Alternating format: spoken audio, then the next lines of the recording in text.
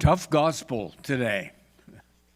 I think most of us, we really don't know what it means. How does this apply to my life?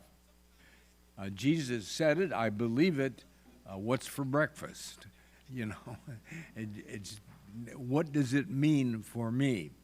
Well, my job this morning is to help translate that into something that we can say yes to and apply to our lives as Christians.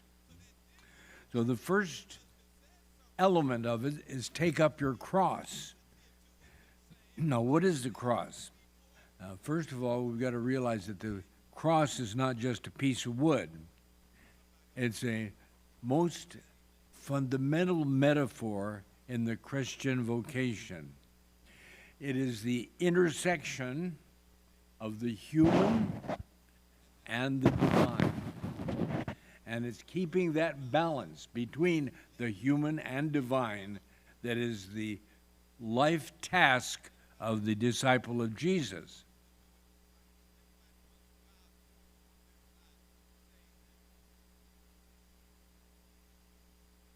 The first aspect of that, of course, is love and the energy toward union from God's perspective. The job of my life as a Christian is to live a life reconciling these two operating systems, which is a rather monumental task. Taking up one's cross daily entails living the truth of my own beautiful but limited and fractured existence. It is not a time for temporizing, negotiating, watering down. The discipleship means a radical shift, a paradigm shift. The cross is an intersection of the horizontal and vertical, and every heresy in the history of Christianity has been a denial of either the human or the divine. It's keeping those in balance is our job. Being a disciple of Jesus is following this process of balancing the human and divine. Now, there are three enemies to this process that we all face on a daily basis. They are the self, ego, power, control, and things, which is greed. All three want to take love's place in our life and wants to make each of us an absolute self, egotism. These are enemies of Jesus' cross and run rampant in the entire world. So let's discuss each of them briefly. First of all, egotism. Jesus is asking me to turn my back on bloated aggrandizement of the superficial self. Gospel claims that there is a greater claim on you. There's a greater claim on you than your family loyalty even, or even your loyalty to yourself, ambition. It challenges the motivation that I get my identity and value from others. Yes, I am respectful, I listen carefully to others, and I am a servant to others, but I am not codependent. The disciples' core faithfulness is to the fundamental call of a gracious, loving God, and I replace selfishness with humility, an attitude of silence. In Greek, this is called epoche, which means living not from the outside in, but living from the inside out. Have you ever thought of it that way? You're called to live from your heart, from the inside, which God created at the beginning, your authentic self, which God loves and is perfect. That's where we live, find our meaning. The journey to the heart is away from the superficial ego, away from any attitude that appearance is all that makes any difference. We don't just go making changes by tinkering with externals, thinking that all that matters is the bottom line. The end justifies the means. We know that every outcome is absolutely dependent on the means, and we need to use authentic, real, healthy means to achieve our lives. Is one going to have an outcome? It means living out of your heart. It means embracing silence, love, compassion, mercy, and humility, which springs from silence. Would you like to repeat after me? I follow Jesus by replacing egotism with humility. I follow Jesus by replacing egotism with humility. Thank you. So that was the first one. The second one is violence. Jesus asked me to abandon the way of the world, which is power games, power struggles, bad guys versus good guys, us and them. A power struggle makes one always to be reactive to life. And we're called to be beyond just being reactive, but being proactive. We avoid winners and losers game. I'm not wedded to outcomes. I act with passionately and with integrity, and I'm rooted in a confident, clear faith. The disciple knows the last chapter of the book, and we know it's going to all turn out eventually. So sometimes what I on a daily basis, I try and say, I don't worry about outcomes. I do the right thing and leave outcomes to God. I abandon violence and acts instead of trying to control people and situations. I try and liberate them. I try to develop an attitude of understanding.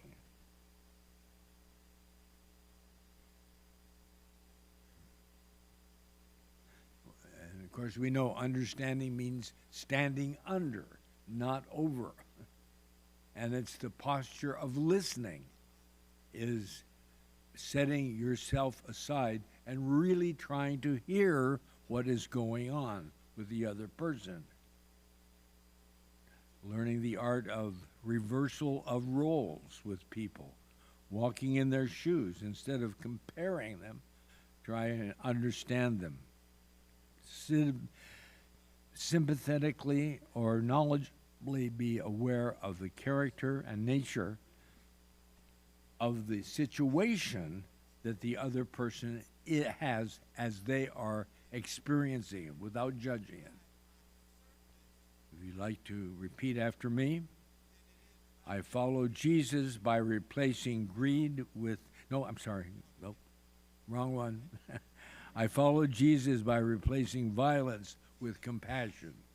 I follow Jesus by replacing violence with compassion. And thirdly is greed.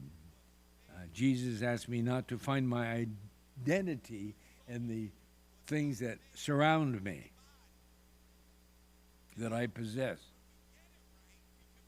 I make things serve the values of the essential self.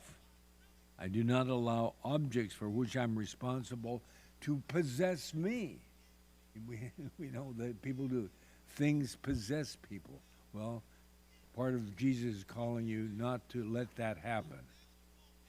The practical situation is, how does one live in the world which has demands of possessions, and we are demanded to live with possessions as part of being human.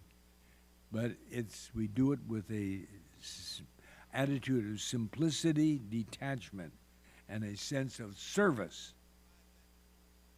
You know, a piece of marble becomes a wonderful statue by chipping away the non-essentials. Well, that's the way we're going to live our life successfully, not by just taking things the way they are, but seeing what is important and choosing that and letting the rest fall away, abandoning the need to control. I center my life in a relationship with God, not comparing me with external objects, which de-skills me, makes me dependent and passive. We generously practice selfless service, which is a practical antidote to the bad habit of comparing. I like to think of comparisons are odious. You accept what is in there and in yourself, and you don't have to compare them. We'd like to say after me, I follow Jesus by replacing greed with generosity. I follow Jesus by replacing greed with generosity. Thank you. This is a deeply challenging gospel. It calls for a radical shift, a transformation. And that transformation I like to call Christian humanism. It's both Christian and respects humanity. The working together with these two arms of the cross creates a harmony, and it is very much reflected in the life of Jesus. The author James Baldwin said, "For nothing is fixed forever and ever. It is not fixed. The sea rises, light falls, lovers cling to each other, and children cling to us. The moment we cease to hold each other, the moment we break faith with one another, the sea will engulf us and the light will go out." Jesus calls me to a radical commitment to heart values that do not change. The enemy of these heart values are egotism, violence, and greed. That's your Sunday lesson today. Egotism, violence, and greed. It's not Jesus. The disciple of Jesus is called not to compromise. We take up our cross daily, living in the world through humility, compassion, and generosity. Okay, that's what we replace the others with: humility, compassion, and generosity. Gandhi caught, I believe, the spirit of today's gospel when he said, "Today there is neither glorifying God nor peace on earth, as long as hunger is not yet stilled, and as long as we have not uprooted violence from our civilization. Christ is not born." Now that was said by Gandhi. Now we as Christians need to really take up this message of the gospel, even though it's tough, and begin living it on a daily way with our lives and our families and our community.